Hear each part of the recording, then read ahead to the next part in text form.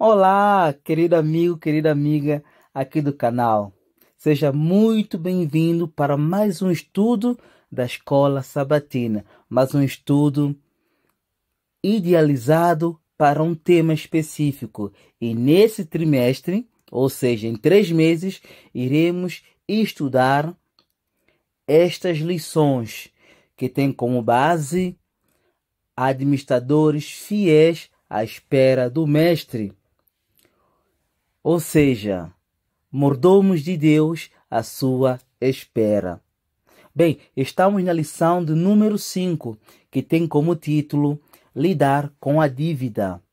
E a primeira pergunta que com certeza todos nós fazemos é: quem nunca se endividou? Quem nunca viu alguém endividado? Quem nunca pensou em fazer uma dívida? Existem dívidas boas e dívidas más?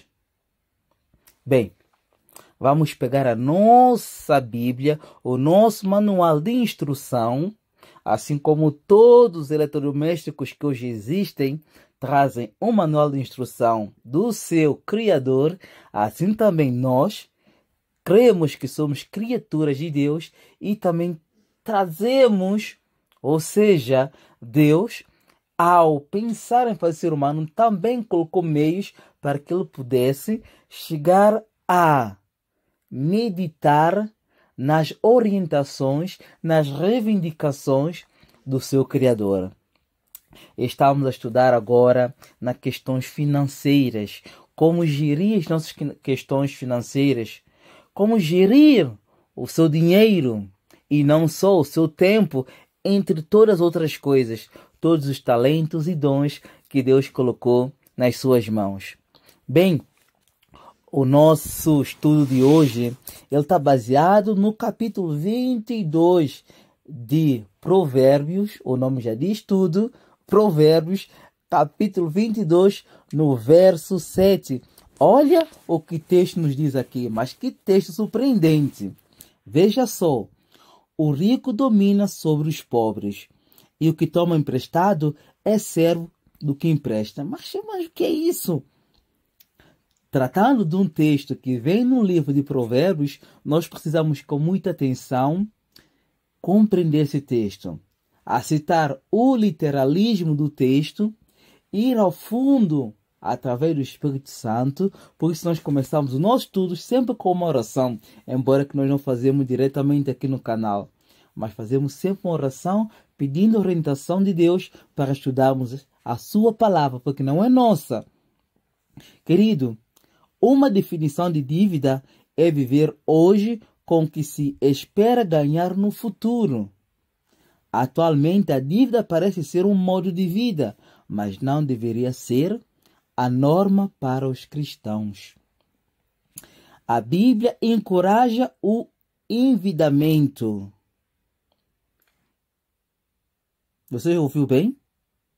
A Bíblia desencoraja o endividamento, ou seja, a Bíblia apresenta muitas lições para que a gente nunca venha a se endividar, começando no Velho Testamento ao Novo Testamento. E nesta semana nós vamos estudar a pormenor todas estas questões. E acima de tudo, através da Bíblia, nós podemos compreender como sairmos do endividamento. Tendo em conta que já estamos ali, já cometemos esse erro de ficar a endividar, ou melhor dizendo, ficar debaixo da dívida. Então, precisamos saber como sair dela, como deixar a dívida para trás. Então, você pega a sua Bíblia e juntos vamos estudar. Por que razão é a dívida um flagelo quase internacional a todos os níveis, pessoal, empresarial e governamental? Por quê?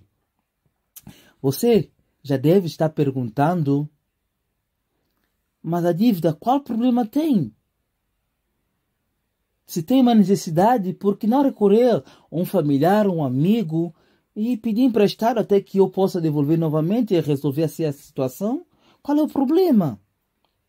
o texto é interessante. O que toma emprestado torna-se servo do que empresta. Mas claro que isso a gente não encontra. Podemos encontrar textos um pouco mais claros, mas está muito claro. O que toma emprestado torna-se servo do que empresta. Por quê? Porque sempre que eu me lembro que eu preciso pagar alguém, eu já fico preocupado. Imagina que vou passar na casa de alguém ou no quintal de alguém que eu estou devendo e ainda não tenho como pagar. São pensamentos que parecem ser um bocadinho assim duros, mas é verdade. Quando nós emprestamos alguém ou damos emprestado, a pessoa fica serva nossa. Ela fica toda envergonhada para conosco e nós, do mesmo modo, quando emprestamos, tornamos na mesma coisa, no mesmo servo. Precisamos compreender que a dívida, ela não nos traz bonança, não nos traz paz, porque só teremos paz depois de nós pagarmos, depois de nós devolvemos. E com certeza, vivemos num mundo hoje em que parece que tudo concorre para levar alguém a se endividar. É a renda que tens que pagar. É aluguel de carro, é aluguel daquilo. É telecomunicações que constantemente querem nos apresentar novos e novos tarifários. E ali, constantemente, é o banco que nos quer dar um crédito enorme. E com esse crédito, vem lá os juros. Tudo isso concorre para que nós vivamos endividados. Precisamos compreender que a dívida, ela não justifica. Não se justifica. Por que ela não se justifica? Precisamos compreender que a dívida, ela vem porque nós não fomos capazes de ministrar corretamente o nosso bem. Eu não fui capaz de cuidar. Então, uma solução que eu encontrei é endividar-me. Pode estar livre de dívidas. Eu posso estar e você também pode estar. Para que sejamos filhos e filhas de Deus, precisamos compreender, à luz da palavra de Deus, que a dívida não é coisa boa. E hoje, mais do que nunca, você precisa compreender que a dívida, ela simplesmente é um bicho que não larga do nosso pé. Você seja sincero, seja fiel a Deus. Contribua com o que tem que contribuir. Outro conselho que gosto muito de dar é: se você tem fome, não vá às compras, sabendo que você tem dívida para pagar. Vá comprar apenas aquilo que você precisa comprar. Mas lembre-se, a fome, ela muitas das vezes, repito, muitas das vezes a fome te leva a comprar coisas desnecessárias, coisas que você não quer comprar. E algo que devíamos aprender quando formos às compras é que devemos pedir a orientação de Deus e, melhor ainda, aliás, a seguir, fazer uma lista daquilo que simplesmente precisamos e ter em conta o que pertence a Deus, o que devo ainda guardar para posteriormente problemas futuros ou então situações urgentes que não estamos à espera. Dívidas não é a melhor saída para você quando se mete num problema. Os problemas da dívida. Vamos até o livro de Deuteronômio, 5º livro da Bíblia, e vamos ver qual é a ideia de Deus para os seus filhos no tocante às dívidas e como é que podemos atingir este ideal. Vejamos só, compreendendo o contexto e tiramos lições daquilo que Deus quer transmitir a cada um de nós. Vamos a ler. Deuteronômio 28, 1 e 2. Veja que texto maravilhoso que Deus quer trazer à minha mente e à sua mente para que vivamos livres da dívida. Olha que texto lindo. As bênçãos de Deus. Veja só.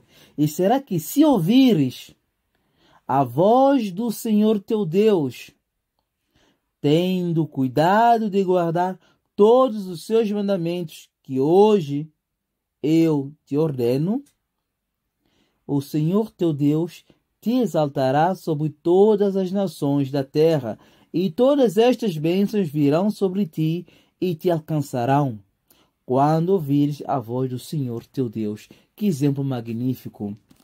Que mensagem linda para nós! Qual é o ideal de Deus para nós? Para que nós possamos ouvir a sua voz, deixando de ser servos. Você conhece perfeitamente aquela parábola do credor incompassivo, aquele que devia muito dinheiro a um rei, ou a um certo homem, e ele chega ali e pede clemência, pede: Senhor, eu não consegui, eu fiz de tudo, mas não consegui pagar, não tem como pagar essa dívida, tenha misericórdia de mim, tenha compaixão de mim. E o homem, não fazendo caso do valor, diz: tudo bem, te perdoo. Mas este mesmo homem que foi perdoado tinha alguém que lhe devia apenas pouca quantia. E quando ele sai dali, ele encontra esse homem, ele simplesmente diz assim: paga o que me deves. Paga o que me deves. E o homem, do mesmo modo como ele, diante daquele homem que tinha muitas posses, diz para ele: olha, eu não tenho como pagar. Eu já fiz tudo, mas não tem como pagar essa dívida, não tem como saldá-la. Mas ele insiste: paga, paga, tens que pagar. E fez tudo para que o homem pagasse. E vendo os amigos dele, sabendo que ele foi perdoado um valor exorbitante, foi saldado, foi perdoado, simplesmente ele ignora essa bênção e simplesmente faz o seu servo pagar. E então a parábola termina dizendo que este servo que foi perdoado um valor exorbitante, ele simplesmente foi requerido. Foi requerido dele todo o valor que antes fora perdoado. Agora tens que pagar tudo, até o último centavo. Mas ele não tinha como pagar. Então o fim dele foi drástico. Sabe o que essas parábolas querem trazer para nós? É que Deus é claro a nos dizer: não seja teimoso. Apenas usa o que tens. Aprenda a ministrar. Se você tem falta de sabedoria no ministrar, chega alguém que saiba administrar, que saiba como mexer com o dinheiro. E por favor, para de fazer dívidas. Não é a melhor coisa para nós hoje andarmos endividados. Estudos mostram que há 3 razões principais para as pessoas terem dificuldades financeiras. A primeira é a ignorância. A segunda razão para as dificuldades financeiras é a cobiça ou mesmo o egoísmo. E a terceira razão é porque as pessoas se acham em dificuldades financeiras,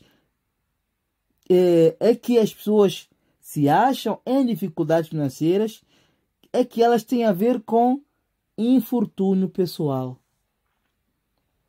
Vou começar por cada uma delas. Veja só o que a lição aqui nos diz. Por que ignorância? Por que muitos se endividam por falta de conhecimento?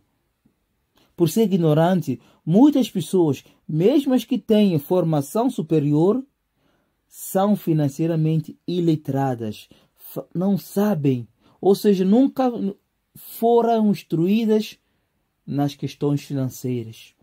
Deve haver nas escolas realmente uma disciplina de questões financeiras desde o pré, para que as crianças aprendam a nunca entrar também em dívidas. Veja só que aqui diz: simplesmente nunca estiveram expostas aos princípios bíblicos ou até seculares de gestão de domínio. A segunda questão é que a segunda razão para dificuldades financeiras é a cobiça ou egoísmo. É claro isso.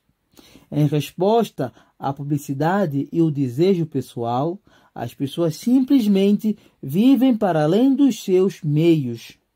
Elas não estão dispostas a viver numa casa, a conduzir um carro ou usar uma roupa que realmente possam pagar ou possam custear. E continua dizendo ainda o texto. É triste isso. Muitas destas mesmas pessoas também sentem que são simplesmente demasiado pobres para dizimar.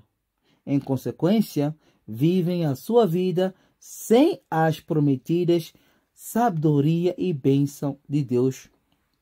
Conforme nós vimos as bênçãos descritas no livro de Deuteronômio, capítulo 28, versos 1 ao verso 14, e Malaquias 3, 10 e 11. A terceira questão é que, por vezes, as pessoas se acham em dificuldades financeiras, porque isso tem a ver com infortúnio pessoal. Mas o que é isso, infortúnio pessoal? Elas podem ter experimentado uma doença séria sem terem um seguro. Veja só, podem ter sido abençoadas por um cônjuge gastador. Um desastre natural pode ter destruído as suas posses, ou podem ter nascido e sido criadas em pobreza abjeta. Também há esperança para estas pessoas. Embora o seu caminho seja mais difícil, os seus problemas podem ser vencidos. Pode advir uma mudança, graças ao apoio de amigos cristãos, graças ao conselho ou ainda auxílio de conselheiros piedosos, graças ao trabalho duro associado com uma boa formação e graças às bênçãos, à providência e à providência de Deus. Sabe, todos os problemas têm solução, até para a morte há solução. Se para o pecado há solução, quanto mais para essas coisas mínimas. Precisamos compreender que dívida, ela, quando chega, é por alguma razão. Para além das três que aqui foram mencionadas, existem muitas outras. E precisamos compreender que a Bíblia, ela está aqui como manual de instrução.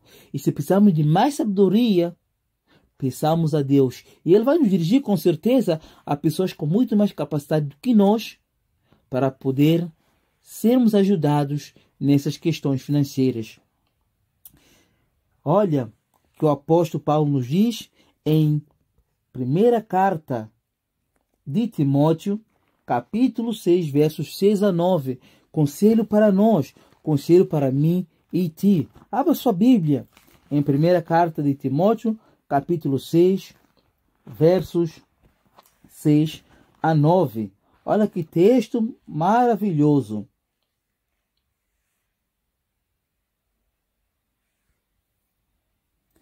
Veja só.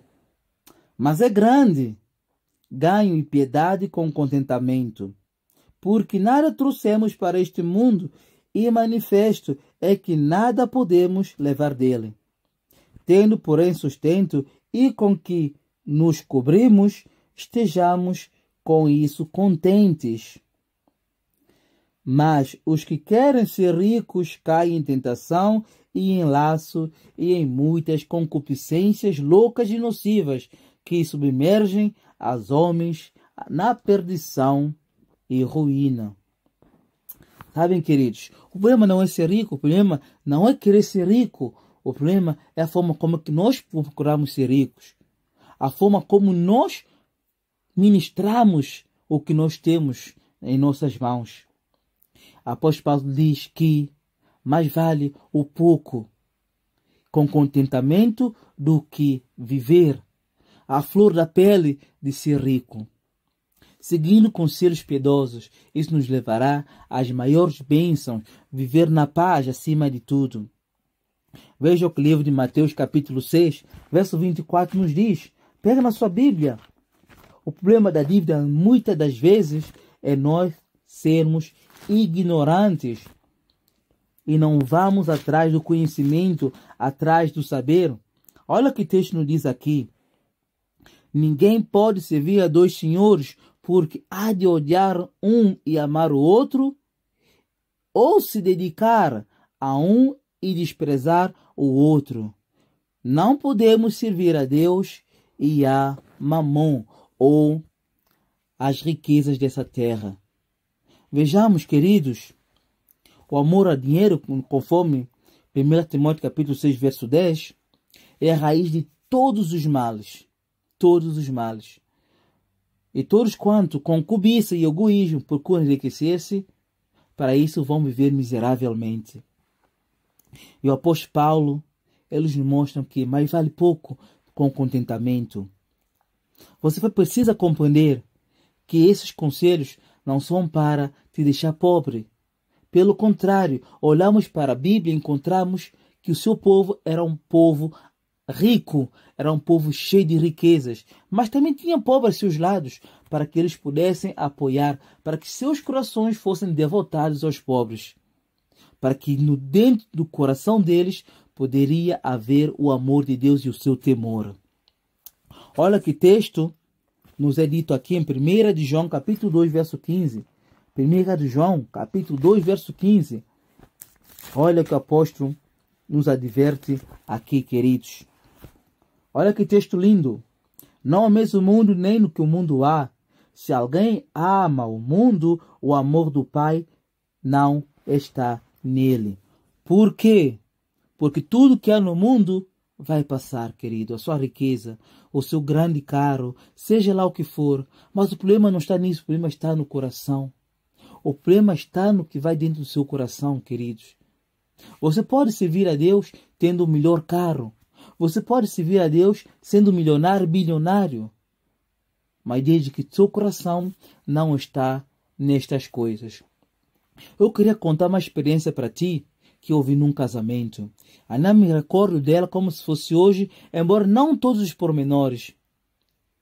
Certo homem tinha um amigo, e esse amigo era muito, mas muito rico mesmo, e tinha comprado um carro topo de gama. Ele cuidava daquele carro como cuida da sua esposa, entre aspas. E ele sempre dizia à sua esposa, nunca conduza esse carro. E aos seus amigos, para entrar naquele carro, precisava limpar os sapatos e depois entrar nele. Era aquele carro de luxo mesmo. Pode pensar no melhor carro que já existiu. Então, todos que entravam nele tinham que ter máximo cuidado. E ele dizia para sua esposa, não conduza este carro. Então, certa vez, ele de viagem, deixa o carro na garagem. Então ela estava apressada, precisava fazer alguma coisa. Então lembrou-se que o carro estava na garagem. Então ela simplesmente pega no carro. E mal sai da garagem, acelerando mais do que devia, teve um acidente com aquele carro. Mesmo ao sair, e simplesmente vem aquela preocupação. Eu já fui avisada para não conduzir este carro. Todos os pensamentos possíveis começaram a aflorar na mente daquela mulher. Então ela precisava chamar reboque para que pudesse tirar ali o carro. As pessoas começaram a aflorar e aflorar e aflorar ali naquele momento, naquele lugar, melhor dizendo, e ela não sabendo o que fazer. Então alguém diz para ela, olha no carro se não tem lá o seguro, a capa do seguro, para que possas assim chamar e poder levar o carro. Então ela procura se calmar e se controlar. Então ela no carro encontra o guia, o manual e tudo ali. E ela ao abrir, ela encontra um bilhete. E à frente do bilhete estava escrito, se chegaste a este bilhete, é porque tiveste um acidente. É porque algo de errado aconteceu. Se chegaste nesse bilhete, é porque estás em apuro. E simplesmente a única coisa que eu te proibi de fazer, acabaste de fazer, que é conduzir este carro. Então ela abre novamente, continua abrindo, e o bilhete estava escrito em palavras bem legíveis. Querida, lembre acima de tudo que eu amo mais a ti do que este carro. São palavras lindas, palavras de amor para alguém que não colocou o seu coração num carro. Alguém que não se matou por causa de um carro. Ama mais a sua esposa do que o carro. Que amor. Imagino a alegria daquela mulher. Imagino a despreocupação dela naquele momento. Deus está dizendo assim para ti e para mim: filho meu, dai-me teu coração. Atenta à voz, às palavras do teu Deus. Veja que o Senhor tem estas bênçãos todas. Se simplesmente ouvires, não te endividarás, não serás endividado. Querido, quero avançar. Há muita coisa que nós podemos dizer aqui nestas lições. Como sair do endividamento, já que lá estamos? Queridos, a primeira coisa que precisamos fazer, suplicar a direção de Deus para que nos mostre alguém com capacidade financeira, porque Deus colocou neste mundo pessoas com vários talentos, vários dons, e pessoas que especificaram nestas áreas. Então recorramos a elas. Vamos ler o capítulo 22, verso 7, novamente, de Provérbios. Veja que texto maravilhoso. Veja que texto lindo é nos trazido aqui, queridos. Capítulo 22, verso 7. Olha o que o texto diz. O rico domina sobre os pobres, e o que toma emprestado é servo do que empresta. Bem, em que sentido estamos sob a servidão ao que empresta? Em que sentido? Olha o que aqui nos diz. O que pode ser feito para escapar a este fenômeno infeliz? Endividamento? Bem, se está endividado, o seguinte esboço vai ajudá-lo a começar com um processo de eliminação de dívida. Apenas 3 passos. Veja só. O primeiro passo, preste atenção. A premissa é um compromisso com Deus de ser fiel na devolução do seu santo dízimo, de modo a ceder a sua sabedoria e a sua bênção. Ele está desejoso de abençoar a todos que lhe obedecem. Segundo passo é declarar uma moratória, ou melhor, uma moratória sobre dívida adicional. O que é isso? Não gasto mais a crédito. Se não pedir dinheiro emprestado, não pode ficar endividado. Se não pedir mais dinheiro emprestado, não pode ficar ainda mais endividado. Ou seja, não pedir emprestado, simples assim. O terceiro passo. O terceiro passo nos diz assim. Aliás, o segundo. A premissa é, acima de tudo, ser fiel a Deus. E o seu primeiro passo é declarar. O segundo passo é fazer uma aliança com Deus no sentido de que, de agora em diante, segundo Ele abençoar, pagará suas dívidas tão rapidamente quanto lhe for possível. Quando Deus o abençoar financeiramente, use o dinheiro para reduzir a dívida. Faz um escalão. Veja a maior dívida que tu tens e começa logo a pagar. Se você tem essa dívida maior do que as outras e tem como já saldá-la, por favor, vá ali e salde logo. Fica livre do problema. Resolve logo este problema, essa drama. Quando a maioria das pessoas recebe o dinheiro emprestado, simplesmente gasta-o. Então, por favor, paga logo a dívida. Não vá às compras, paga logo. Faça isso. Pelo contrário, aplique esse dinheiro no seu plano de redução de dívida. Terceiro passo. Olha que é importante este passo. É a parte prática das mãos na massa. Faça uma lista de todas as suas dívidas, das maiores para as menores, de ordem decrescente. Para quê?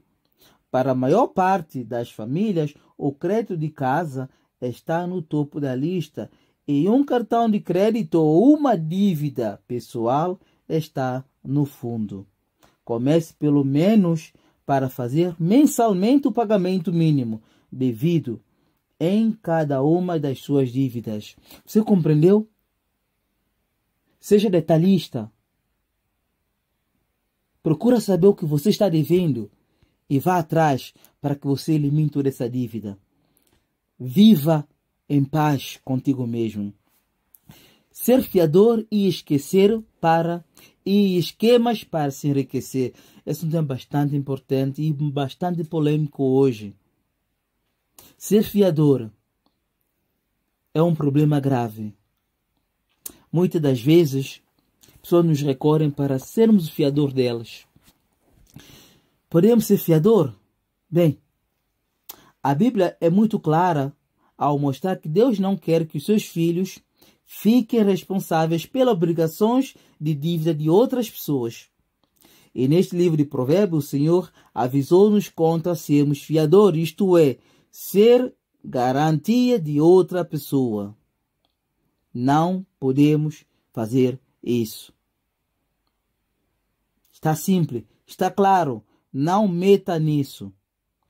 Então, vamos abrir a nossa Bíblia e vamos ver o que o texto aqui nos diz. Provérbios 6, voltamos umas páginas atrás, Provérbios 6,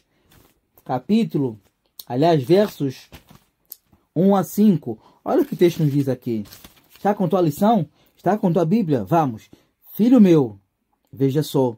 Se ficaste por fiador do teu companheiro, se deste a tua mão ao estranho e te deixaste enredar pelas próprias palavras e te prendeste nas palavras da tua boca, faze, pois, isto agora, filho meu, e livra-te, já que caíste nas mãos do teu companheiro. Vai, humilha-te e importuna o teu companheiro.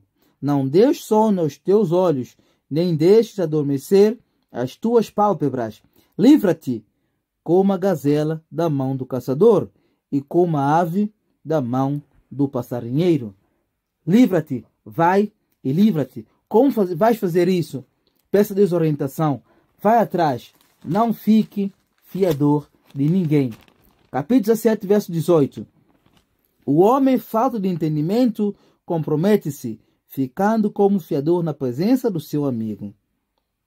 Você compreendeu? O homem falto de entendimento compromete-se, ficando por fiador na mão do seu companheiro, do seu amigo. Não meta nisso. Fuja de ser fiador. Capítulo 22, verso 26. Vamos rapidinhos. Olha o que o texto nos diz.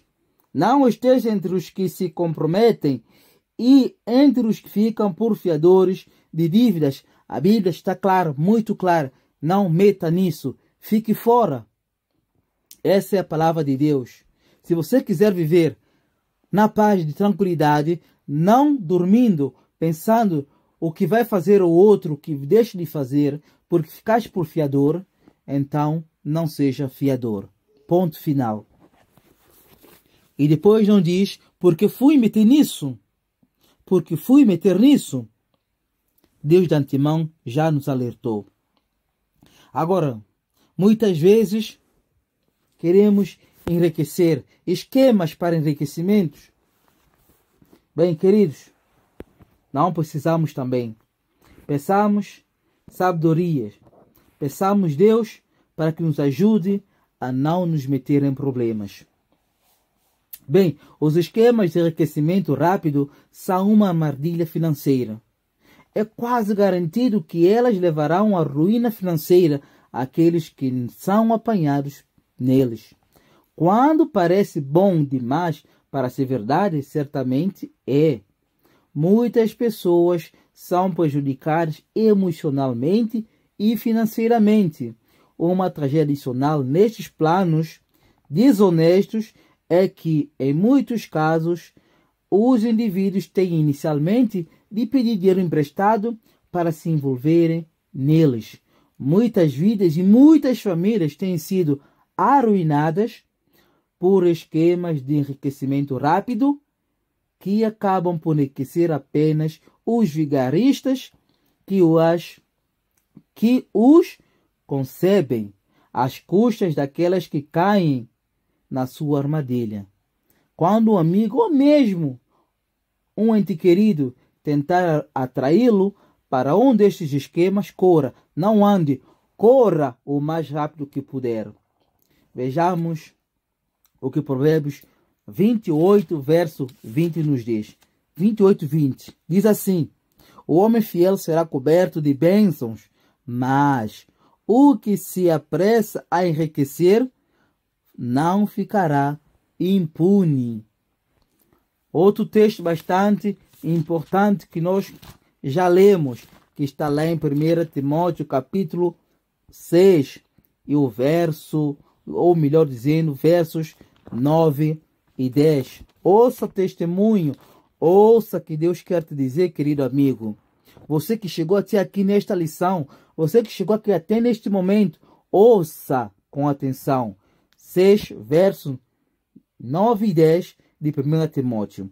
Mas os que querem ser ricos caem em tentação e em laço, e em muitas concupiscências loucas e nocivas, que submergem a homens na perdição e ruína, porque o amor ao dinheiro é a raiz de toda espécie de males, e nessa cobiça alguns se desviaram da fé e se traspassaram a si mesmos com muitas dores. Você conhece bem a história de Judas Iscariotes, como vendeu seu senhor por 30 moedas de prata e que nem pôde aproveitar desse dinheiro. Então, por favor, pare com jogos de azares, pare com totoloto, seja lá o que for, pare, não meta nisso. Não meta em jogos de azar. Deus não te aprova, Deus não te apoia. Saia disso, fuja disso. Se alguém tenta-te com isso, por favor, fuja, não meta nisso o mais rápido possível. Estamos a terminar nossa lição. Limites de termo e pontos de empréstimo. Queridos, vamos ler esse texto também que está no 5º livro da Bíblia, Deuteronômio, capítulo 15, verso 1 a 5. Deuteronômio 15, versos 1 a 5. Olha que texto nos diz aqui. Já pegaste na tua Bíblia? Vamos lá. 15, 1 a 5. Diz assim. Deuteronômio 15, 1 a 5. Ao fim dos 7 anos farás remissão. Este, pois, é o modo de remissão. Todo credor remitirá o que emprestou ao seu próximo. Não exigirá do seu próximo ou do seu irmão, pois a remissão do Senhor é apregoada. Do estrangeiro o exigirás, mas o que tiveres em poder do teu irmão, a tua mão o remirá, exceto quando não houver entre ti pobre algum, pois o Senhor abundantemente te abençoará na terra que o Senhor teu Deus te dará por herança para possuí-la, se somente ouvires diligentemente a voz do Senhor teu Deus, para cuidares em cumprir todos estes mandamentos que hoje te ordeno. Que texto maravilhoso! Você conhece perfeitamente que no ano jubileu todos estariam livres de dívidas, todos estariam livres das opressões. Por que não hoje? Você, em vez de dar emprestado, por que você não dá? Por que você deixa seu irmão viver endividado para contigo? Se você tem como ajudá-lo, por que deixá-lo nessa situação? Ensina-o a como ministrar o seu dinheiro. E se puder, em vez de emprestar, ajuda-o. E não seja fiador de ninguém. Ajuda o seu irmão. Ajuda aquele que estiver em apuros financeiramente. Dá-lhe conselhos. Mostra o que a Bíblia diz acerca disso. Jogos de azar. Mostra o que é errado. Seja fiel em Deus, a Deus em tudo. Não tenha pressas em enriquecer. Seja contentado, mas peça a Deus sabedoria para tudo. Busque a Deus. Mas vale pouco na satisfação, na paz do Senhor e muito com problemas. Que Deus te ajude, que você compreenda que a dívida nunca foi um meio para saldar algum problema.